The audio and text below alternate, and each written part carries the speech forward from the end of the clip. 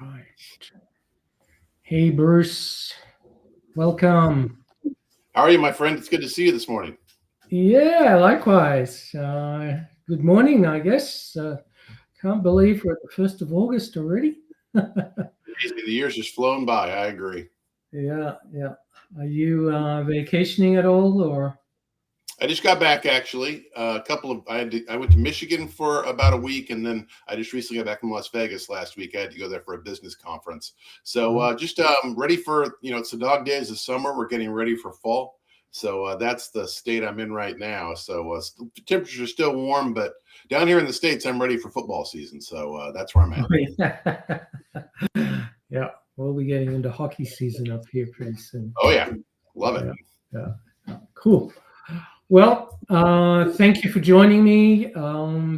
Congratulations. I've been following a lot of what you've been doing. It's really amazing. I'm very excited for you and for us today. I want to really dive into a little bit in your methodology. There's just so much that you've been doing. It's actually very exciting. So I hope you don't mind me asking a lot of questions today. I'll try to put you on the spot.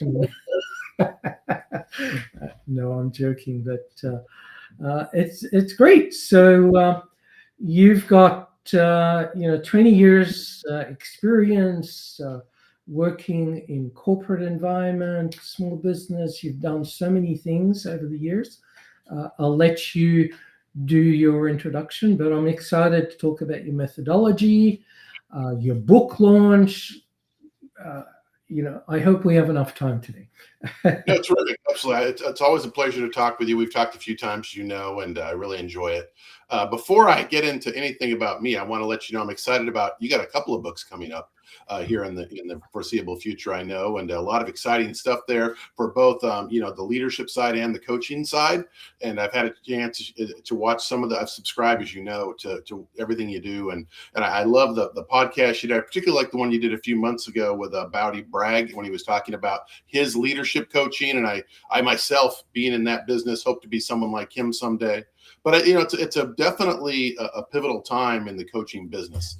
That I was just reading some statistics that came out recently that there's about close to $3 billion in coaching going on internationally on an annual basis. 55% of that is in our area of the world, in North America, so US and Canada. Wow. So certainly that's a large amount, and it's growing at 6 to 7% on an annual basis. So I think there is a need for coaching, and the bulk of it is in leadership, which is the area I reside, which I'll talk about momentarily. 60 to 70% of the Fortune 500 companies utilize coaching in their organization, heavily for senior executives in particular. And in addition to that, most of that is leadership coaching as well. So got a lot of competition out there for what I'm attempting to do as an executive coach. I focus, as you know, extensively on principled leadership to build a foundation, and then ultimately evolving into transformational leadership as you go on. So that's where my focus is, and that's where the upcoming book, The Bruce to the Third Power System, is focused. And to flip the script, I love what your research does, because it's so scientifically oriented and be able to identify what drives bias and how people make decisions and everything that's under the covers as to how the world happens. That I think is really pivotal to be able to weigh. My stuff is primarily empirical examples and research, what people are doing currently. But I love the scientific end of it, which you guys bring to the table, which is so important to understand the motivations for why people are doing things, particularly in today's high pressure world. Things happen so rapidly, particularly with AI out there. But I would argue that leadership's more important than ever, that the AI tool is only as good as the leaders who are using it to operate it. And that's where I think it's critically important that good leadership be in place right now for organizations to thrive. More so, I would advocate the perspective more so than ever before. Yeah. You hit it on the head, and that's where the synergy between what you're doing and what I'm doing comes into play. I think, we're more focused on the tools and the science, and giving coaches like yourself and leaders the ability to accelerate that whole process. But at the end of the day, the methodology that you bring and the way leaders work with their teams is really, it's unique in every instance. It's unique in every situation, and I often get asked the question, can we have a formula to fix this type of situation? I go, you know what? Every situation is different. How can I do that? Right? Yeah. So I'm really loving the fact that, and you and I just connected straight off the bat the first time we met. There's just so much synergy around that. And we haven't really talked enough about your E3 method. I'm just going to try and put that image up just so that you can maybe talk a little bit about that. Let me see if I can get the technology working properly here. Sure. Perfect. Yeah, look at that. Maybe we make this one bigger somehow. I don't know if I can do that.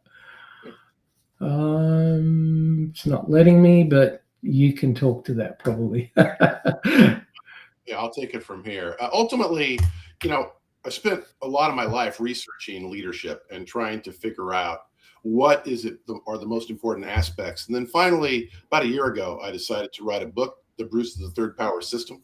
And that's really what I think, in a nutshell, from an acronym perspective, drives what I believe leadership to be all about. The foundation is going to be ethics, and it's going to be integrity, and it's going to be vision and communicating a clear vision to your team.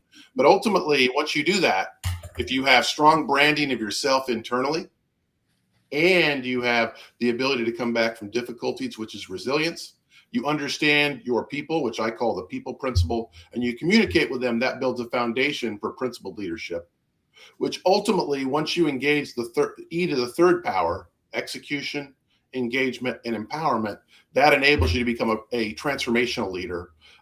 If you're successful at setting that foundation. And I would equate that, a couple of good examples from the States are Howard Schultz, who was at Starbucks, or Steve Jobs at Apple, who probably, you would argue, while I wouldn't necessarily advocate every leadership perspective they might have had necessarily, they certainly were transformational leaders for their organization.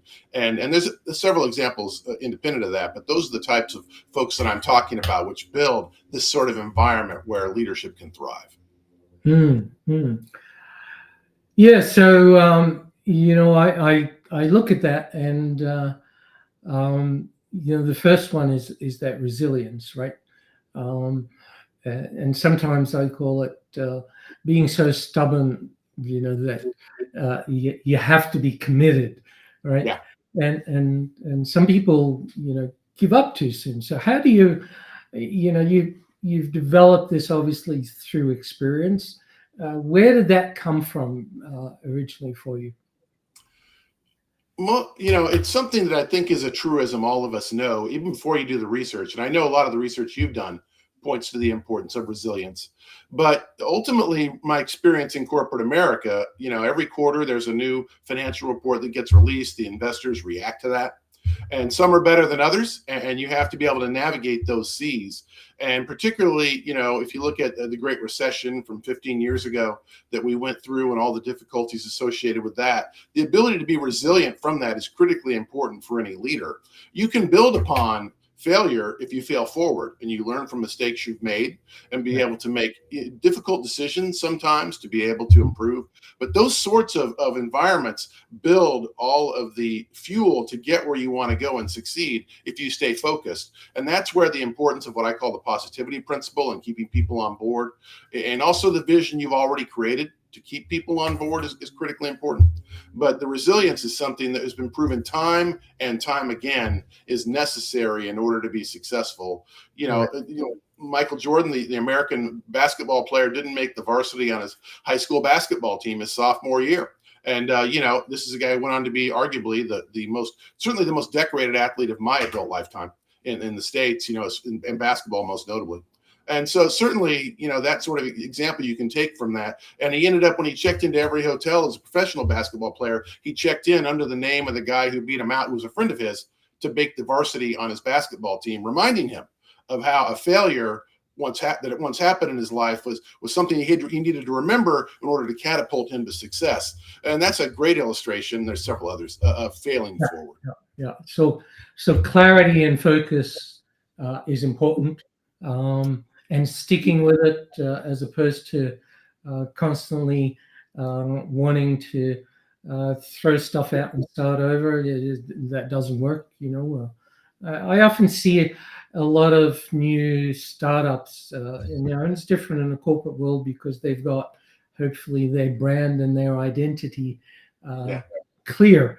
But a lot of people tend to switch up very often and change things too quickly. I use an analogy of golf. I hope you don't mind that one, but Sure.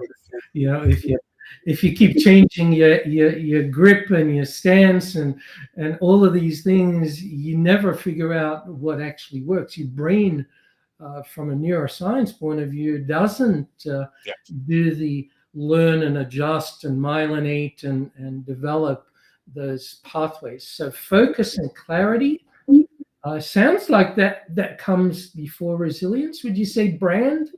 Yeah, I think that's, sorry to interrupt. Yeah, that's part of your brand that you create.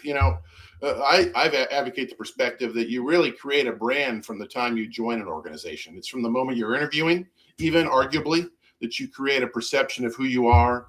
And certainly it's difficult in today's social media driven world to be able also to not listen to all the chatter, that if something doesn't work initially, that you're going to constantly get advice that you should switch up, particularly if you're going against the prevailing winds or the perspective of an organization historically. There's going to be a hesitation if someone comes in who decides to depart that perspective and go in a different direction. So you certainly need to be agile enough, and I want to be clear about this, and I know you agree, to be able to pivot when things aren't working, and that's been proven. Right. You have to try something, and fail forward in order to be successful as a leader. You're not going to succeed everywhere. And one other thing I should add as a sidebar, and this is in my book as well that comes out in a few weeks, Bruce the Third Power System. There's no such thing as a perfect leader. That particularly in today's world where everything is so heavily researched and information circulates so rapidly, that I could offer a name as being a perfect leader, and other people could offer arguments as to why they weren't in areas they failed. So leadership's really a daily event. It's about what did you learn today and how can you capitalize on that to lead toward a better tomorrow. That is critically important for any leader, and you have to be able to deal with the fact you're going to fail sometimes. Thus, the importance of resilience. When I found myself thinking about the book, I think that the resilience is something we really have to be able to acknowledge is critically important as a learning opportunity for people to improve and organizations to be able to thrust themselves forward. You got to be able to endure the bad times to enjoy the good. Mm-hmm. And that I'm almost backing into some of your design here. The thought that comes to mind from that is culture. Right. Yes. And so, with brand and communication, then you're really empowering, engaging, and executing at the culture level as well. Would you agree with that, or am I interpreting more into that than I should? 110%.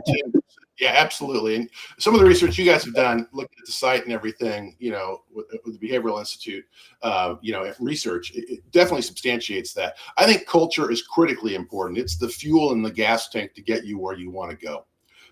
When I was an executive, I was fortunate enough to lead an engagement campaign that led to certification as a great place to work, and a number of other awards related to that, which were all, in a nutshell, driven by the engagement of the team and getting them in the right direction. And engagement isn't a light switch. It's not something you can flip on all at once. It's really like, the birth of a butterfly. It takes a long time to grow and evolve for that to happen.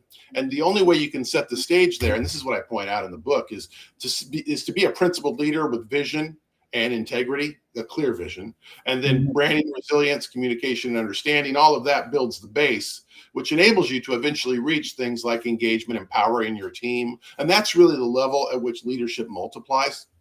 And so that's, all of that is primarily dependent upon engagement. It can't be a handful of people making all the decisions, not evaluating those decisions and not appreciating feedback from the team. You're going to make some good decisions. If you're a leader, a broken clock is right twice a day. But, in order to continually make good decisions, perpetuate the organization in the right direction, staying positive and having the ability to engage the team is critically important for them to get on board and reach a point of critical mass of support so you can achieve your strategic objectives as an organization. Excellent. Excellent. Love it. Love it. And I've got my E squared. You're one up on me. Even before we knew each other, it's funny that was, we had that in common. And it's to do with engagement, but I add experience. And I think that comes into maybe your understanding the team. So, when I talk about the E squared, I talk about, engaging people at their level, at their experience level. Is that where you bring understanding into that? It is. I call it the people principle in my work. And that's really what I'm talking about. And then positivity is a component of that. Emotional intelligence is a component of that. How do you manage your own emotions as well as others? Can you leverage that to be successful? The research on that is fascinating, on emotional intelligence and how critically important that is. And what you do see is typically the leaders who get the most credit for being successful are the ones who are highly emotionally intelligent and recognize how to leverage that for success. So yeah, all of that is critically important. That's part of the understanding, is being able to appreciate the entire team. One thing that's important to understand, depending upon the size of your organization, and I've worked for companies, up to 30,000 employees, that message needs to be clear to all of them. And it's got to be reiterated, and it's got to be constantly supported, and it's got to be something that's clear enough that everyone throughout the organization, from frontline to C-suite, can understand. And that's oftentimes very challenging for leaders to do, for a large organization, particularly ones that operate internationally, which I've got some experience with. That, how do you get this message out to everyone in an understandable fashion? And then do you continually relay those messages? That one thing I found with engagement is it can't be a 1-year campaign. It's got to be extended beyond that and be able to evolve in different ways to enable you to be successful outside the parameters of where you started. When you look at, as an example, what Amazon is today versus the way they started, it's a totally different company. Nike as well. That, you need to have the ability to evolve and make astute decisions, and also put the right people around you to help you reach those conclusions. And oftentimes those conclusions are going to come from other people, even all the way down to the front lines. A lot of the best engagement solutions we were able to implement in my corporate world came from the front line, where people would tell us, because we were constantly surveying and evaluating data and trying to find in our university classes feedback from managers, what were the most common issues identified in interactions with them, and how can we react to those things. That sort of synergy between the front line to the C-suite and be able to make those decisions is critically important for them to feel valued, but also for them, because they feel valued, to want to do the best they can for the organization and to stick around because it's an organization they believe values them. As I mentioned in the book, and I'm certainly not the first person to say this, they don't care how much you know until they know how much you care. Yeah. So it's almost like a two-way thing, when they understand the direction and the objectives and are empowered in that function, then they perform better, they focus better, they get clarity and so forth. But then, the flip side of that is understanding them. And, in my U squared, it's understanding that you can't treat everybody the same, because they're all at different experience levels, right? Yes.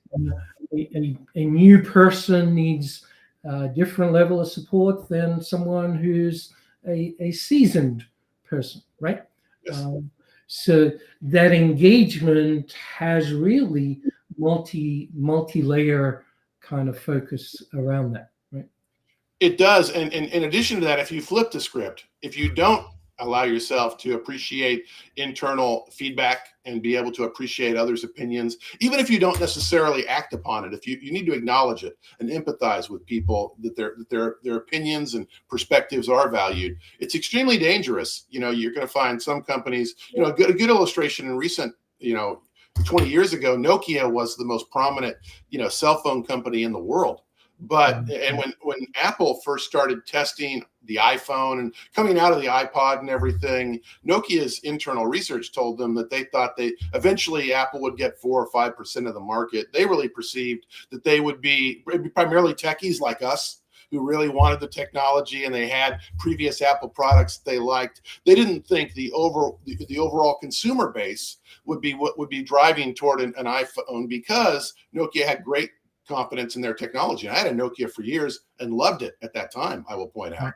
Yeah. But ultimately, it certainly turned out that the iPhone, completely turned them into a situation where they were an afterthought as an organization. And so you have to be able to appreciate what your competitors are doing and react to that. So many companies over the years, I remember when I was younger in school, using a Brother typewriter and stuff like that. And obviously now with word processing and computers, nobody has to use a typewriter. But I can remember at the time thinking, wow, this is the greatest typewriter I've ever owned. It allows you to erase the previous word that you just did without any difficulty, because it wouldn't print the line until the end of the sentence. So those sorts of things, technology will help you today, but you've got to constantly be evolving in order to be better tomorrow. And I know you're a techie. I'm sure you can appreciate that, because particularly in today's world where technological evolution is evolving more rapidly, that ability to identify competition and react, and to get the team on board with the strategic decisions you're making to react, is critically important in order to maximize your competitiveness.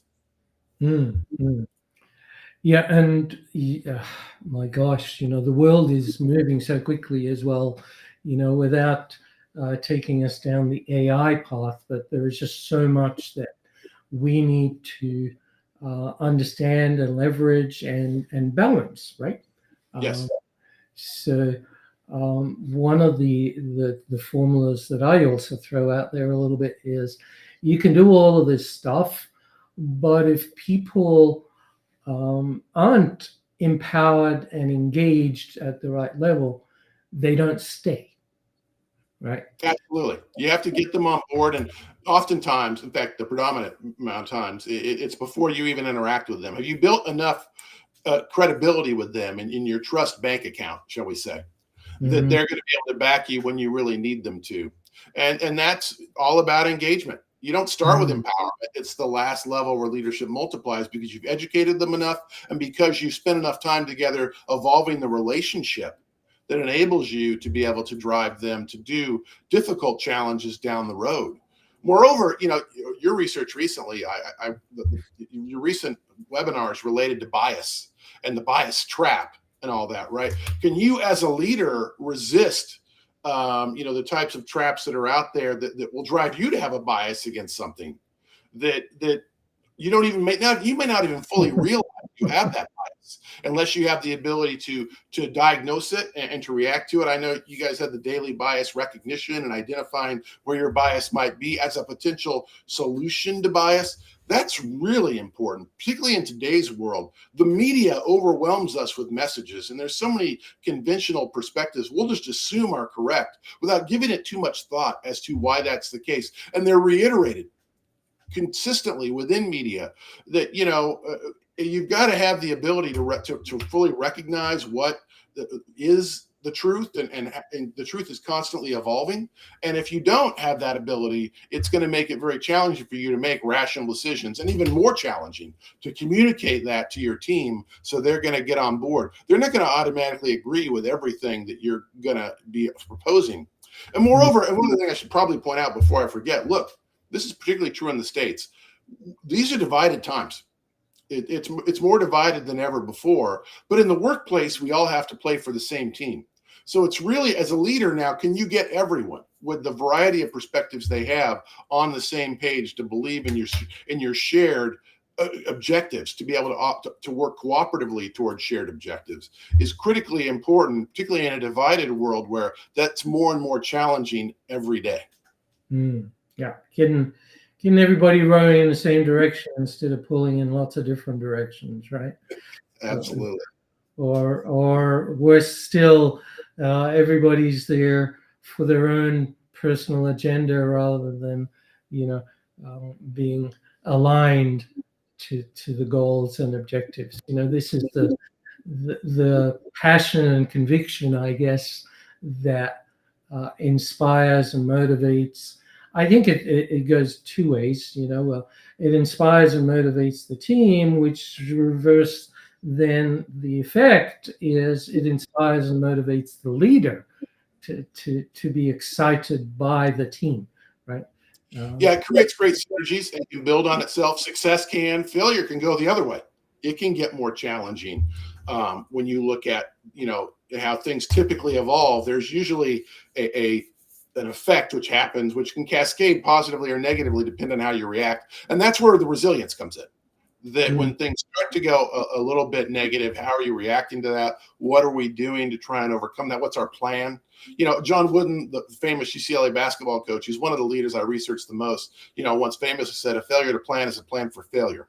And then other people have said that similarly, but I love John because of how simple things he was able to communicate. And it's perfectly understandable when you think about it, that you have to put a plan together and not everything's going to work. It's about how you react to that that's going to dictate whether you'll be successful in the longer run. And oftentimes those setbacks in the short term can build the stage for long-term success if you have the resilience and wherewithal necessary to be able to navigate those turbulent waters while it's happening. Yeah. We all wish we had a crystal ball that we could tell what the future is going to be. And I love the Apple philosophy of, you got to pull the trigger, otherwise you're living in a vacuum. You don't really know what the future is going to do unless you test something and put it out there. It's not going to work out exactly the way you think it's going to work out. So resilience, being able to adapt and grow. This is humanity, actually, when we're talking about that. That's how we grow and evolve. We didn't learn to walk by instantly being able to stand up and walk. We had to bump our head a few times. We had to take our falls a few times, get that feedback and go, maybe I didn't do that right. I need to balance. And so the workplace is a lot like that, right? I agree, totally. One of the companies that I have researched over the years and I'm most fascinated with is Nike. Phil Knight, who created Nike. I grew up in Portland, Oregon, and they're based out of Beaverton, which is a suburb of Portland. And, and have been constantly fascinated with them. Phil Knight's built one of the most, with the Nike swoosh, one of the top 3 to 5 logos in the world, and their philosophy is just do it. That's it. Just execute. Do it. Right? Simple. That I talk about. So simple, yet we forget about it so often. We spend so much time, and I argue this in the execution chapter. You can go one of two ways, which are typically make it difficult to be successful: is waiting too long and trying to overthink a problem, or acting too soon before you know enough information. That ability to react when the time is right is critically important. Nike was originally just a shoe company. Now they're primarily known for a wide variety of things. Shoes are still part of the equation, but obviously, clothing is primarily where they've gravitated to, and they become part of the culture as they're on most of the uniforms and the teams that are based in the States, that the professional teams play with, etc. And, having the ability to grow and also market yourself. They're a great illustration of branding, which is why I start with that. They affiliated themselves with athletes like Michael Jordan or Bo Jackson, who was a famous athlete in baseball and football in the late 80s, early 90s. I used to live in the South SEC, Southeastern Conference country. And those football players who are successful for those teams at the collegiate level, they become like Paul Bunyan. They become legends. And Bo Jackson was a great illustration of that. So Nike not only made products they were able to sell, obviously to their benefit on their bottom line, they made the right decisions who to affiliate with, and that it helped build their brand to become, not necessarily the top driver in their area, in their sector, to be the top, because of the type of branding they've been capable of doing, and to evolve that branding where it appears to make tactical sense. Mm-hmm. And I guess some people would argue, and I can see it because, I've been involved in many different types of environments. One of my early projects in my career was a military project where safety is an issue. So zero defect, you had to over-engineer things where, risk and safety and people's lives are at risk, that's one situation. But Yeah. for most businesses, that's not the situation. You need to, you couldn't have launched the iPhone, for instance, without first launching the iPod and figuring, oh, people like this, right? Yeah. So testing and the just do it. A lot of people would go, oh no, I can't do that. I need to think through this. And there is a place for that, but there is also a place for you've engineered it enough. You need to pull the trigger on this thing, right? Yeah, totally. I mean, a good illustration, also Apple, if you remember if you use the iPod, it's over 20 years old, 20 coming up on 25 years. The simplicity of it, you just hit one button. It had the wheel where you could move things around, but you hit one button for it to come on. And this is really the way our iPhones are generated now, or even the other products, Samsung, et cetera, in the cell phone sector. They face recognition now, or a fingerprint, those sorts of things. Steve Jobs, when he was at Apple, recognized the importance of keeping things simple. And so he knew if you just had to hit one button that enables you to access all the technology in this little piece of equipment you're holding for whatever song you were going to listen to with the iPod was critically important. That he's somebody who was about every detail, arguably obsessive about it. He went to college at Reed College in Portland, Oregon, which is a small college, but it's academically, it's one of the best colleges in the country. And it's one of the toughest to get into. And, he went to college there. Well, the last semester he was at Reed, he dropped out of school because he just didn't think his parents could afford it anymore. And he lived in the dorm lobby.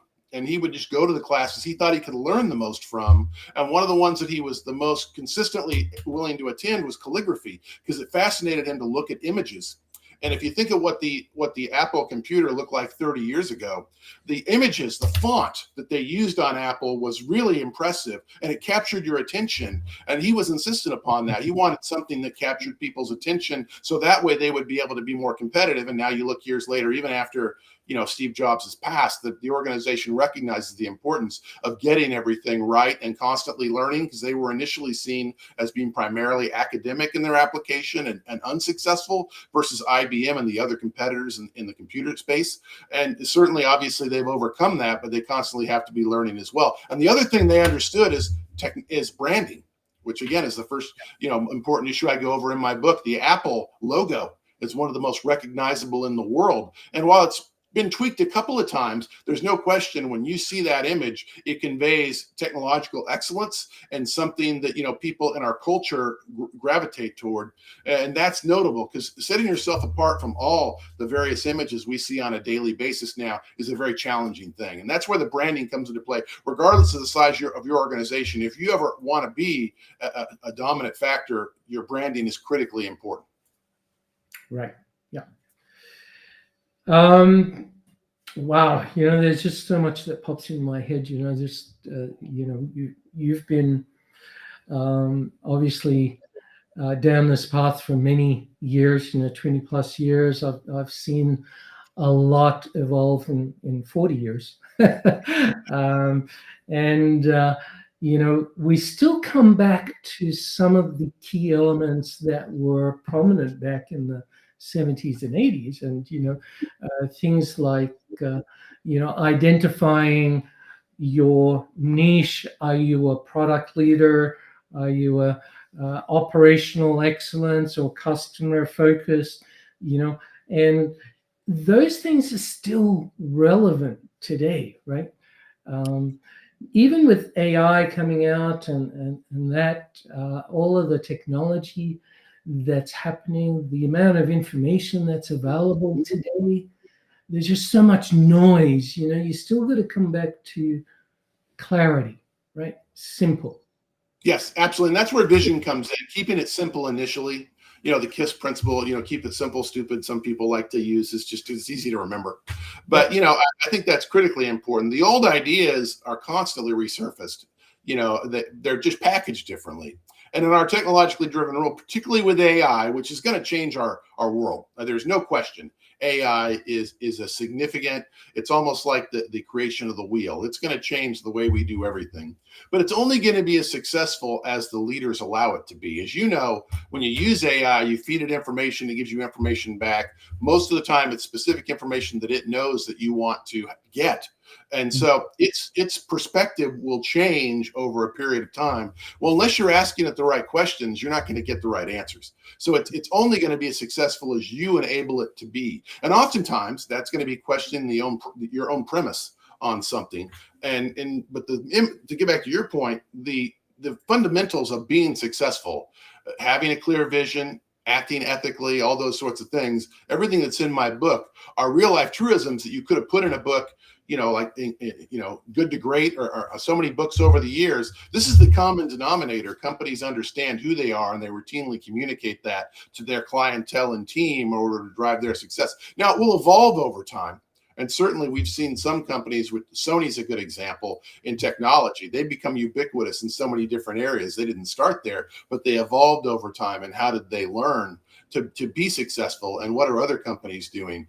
And that's a challenge you face. If you look at, film and photography, Kodak was challenged with that, which at one time was the dominant player in that area. And ultimately that became very challenging. I can remember when I was in the entertainment space, they were trying to get into digital cinema, and they still do that in some areas, but it's not an area which is taken off as much. So you have to have the ability to consistently evolve because things are going to change. And that's, something that's critically important. The Tesla, whether you're in favor of Tesla or not, there's no question it has impacted what other car companies are doing as far as their product goes, as they want to integrate more computer screens and more technology in the way that they operate, all of which can be successful for the sector. So even though they might be out, have a product that is obviously intriguing to people and inviting, depending upon what your predilections are, other companies have to be able to react to that in the space, or else you're going to be have difficulty remaining competitive against the more dominant players, which are creating new, more exciting technologies. And the world's moving quickly, and we need to learn to adapt. A simple book that comes to mind is "Who Moved My Cheese?" It's just hilarious. But it's so real. We can kind of put the blinders on. Oh, no, it's not going to affect us. It's not going to happen. I don't need to learn Facebook. I don't need to learn LinkedIn. And guess what? You need to not only learn those, but now you need to learn AI. You need to embrace all of these things. Otherwise, you become like a Nokia. You get left behind. You lose your edge. You can be on top one day, but if you're not keeping up with all of these things, you get left behind. Yeah, You Move My Cheese, what a great example of just keeping it simple. It's funny, it's coincidental you mentioned that. When I first got in the learning and development space, and I've been in operations for a number of years, literally the very first book I read is Who Moved My Cheese. And, and it helped me get familiar with the way people operate and everything. And it was funny, 20 years later when Cineworld, we merged with them. They're based out of London. They're in Chiswick near London in England. And, the person who was at head of their learning and development from overseas came. We were having a discussion when we first met, and she mentioned, "Have you ever read Who Moved My Cheese?" And I'm like, "Yeah, it's literally the first book I read when I came into this position." So it's simple. None of the details in Who Moved My Cheese is necessarily on point to where the world is today, but the way it relates to the way we operate as individuals is an important lesson to learn and understand in whatever you try and do. People have things they rely upon, and different sorts of, they have things they need in order to feel comfortable. And that is something we need to appreciate. We just can't assume because we put out an edict, the team is going to automatically react favorably to that. Yeah. And isn't it great, just to touch on AccuMatch for a minute, the ability to use AccuMatch to map your team members and yourself, I can spot immediately by looking at the map who is going to be the person that is going to be stuck with change, because I can see sameness, I can see procedure, I can see the away from, so I can see those instantly in a map. It doesn't mean that those people can't learn and adapt and grow in those areas. It just means that they've been wired this way through experience. But the word wiring has, had context that we really need to remove, because we're all able to learn and adapt and change and grow and evolve, right? Yeah. Absolutely. Bowdy, Bragg, the recent, interview you did with him talks about the very first thing he does and the key to his success as a coach. And he's been extraordinarily successful. He's had different businesses. He pivots back to coaching in between creating other businesses. But, the first thing he does is AccuMatch, and it allows him to identify where people's perspectives are. And he's able to design his value proposition around that, and be able to be more obviously impressive to and more appealing to the various businesses he's trying to work with. So that sort of technological driven solution can really be astutely utilized when you leverage it to enable you to drive your solutions toward the pain point the organizations or individuals have. And that obviously demonstrates your value. And so, very smart about that. AccuMatch is a great illustration of leveraging technology to enable you to be successful human beings, which is really intelligent. Yeah, yeah. And it fits very well, like I said, with your model there, because it starts the understanding of self and others, right? Which improves then communication. And when you get that all figured out, then you're aligning the brand. You can build resilience and trust. So empowerment is really about trust, right? I know I followed Patrick Lencioni for a long time with his pyramid, where trust is the foundation that everything is built on. Well, how do you get that? If you don't do the empowerment, engagement, and execution the way you've spelt it out here, you can't really build that trust where people come along on that journey and get it, and they buy into that, right? Yes. Yeah. I've worked with organizations which haven't, particularly after mergers, you see this a lot. The trust isn't built yet, but they'll ask people to completely change the way they operate. And to say people, are going to be resistant is sometimes an understatement. They may even try and undermine what you're trying to do, and then step back and say, well, this isn't working. You should do what we've always done historically. You've got to have the ability to build that trust over a period of time as a foundation for you to be successful. Anyone who's been in a relationship before understands the pivotal importance of trust. And when trust is breached, how do you react to that and build that trust back up? It's more challenging every day that trust is in question. And you see this oftentimes in the States and businesses. You see it in politics, that constantly, what's the common denominator of undoing of people who are trying to succeed as politicians? It's if the base has questions with trust. And that's where you have to stay on message there. It doesn't mean you're never going to have problems. You have to be resilient, but you have to build that trust for that resilience to be able to kick in. And if it's not there, it's going to be even more challenging for you to overcome whatever specific setbacks you're facing. Yeah. Yeah. Wow. Just looking at the time, Bruce, we could talk for quite a lot longer, but I appreciate the insights. Love your model. I just really want to quickly let people know about your book coming out. Is it out yet, or is it coming out shortly? It's not. This is my first book, and one lesson I've learned is that it takes time, and patience is definitely a virtue. So I'm working with my publisher / distributor right now, and they're going to be, we're about halfway through the final edits. The first half, it's got 12 chapters. The first 6, it's been written, for several months now, but it's just a function of dotting the I's and crossing the T's. But at this juncture, I'm targeting around Labor Day or shortly after in the States. Okay. So I think that'll probably be when it gets out there. And then I think hopefully people will have a better understanding of where my perspective is. But I'm really trying to take the concept of leadership development, which is very challenging and huge in terms of the variety of things you could talk about, and be able to break it down to a simple way to think about it. And if you put all those different items that was on the graphic previously there, you're going to be successful. And it's called the Bruce Third Power System, Unlocking Your Leadership Superpowers, because I believe that if you are able to do all of the things that are identified in the book as being the key ingredients, that'll make you like a superhero. You'll have superpowers, which will enable you to lead any team to success if you're able to stay focused on those basic principles. Perfect. Awesome. And I hope you don't mind, I've put your email information down there. If somebody wants Perfect. to reach out to you, can they do that via your Gmail, or do you have another email that you prefer? That Gmail's fine. You can also go to my website, brucewren.com, and then that's another area where they can access the various services we have. And I'm also on LinkedIn in that way. So fairly easy to find. But if you're going to send me an email, that's the best one. Love working with both individuals or organizations to enable them to improve their leadership capabilities, to be ready for whatever challenges are ahead.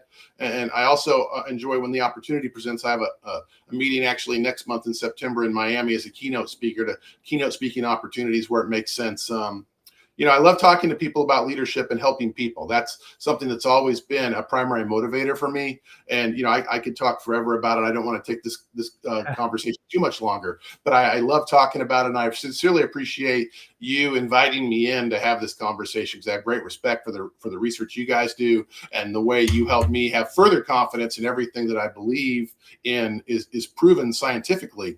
I think is critically important, because that sort of, you can't just always go with your gut. You want to know what the research says, and you guys do as good a job as anyone of sharing that research and allowing us all to be better at what we do. Thank you. And it's all about helping leaders become intelligent about themselves, their team, the culture, your E3 method. It doesn't matter what methodology. I keep saying to people, right? There are lots of talent out there. They just need to get on with it, right? So love it. Again, your E3 model, I'm going to steal some of this and play with my E2 model. And it just keeps things simple for people. So congratulations, my friend.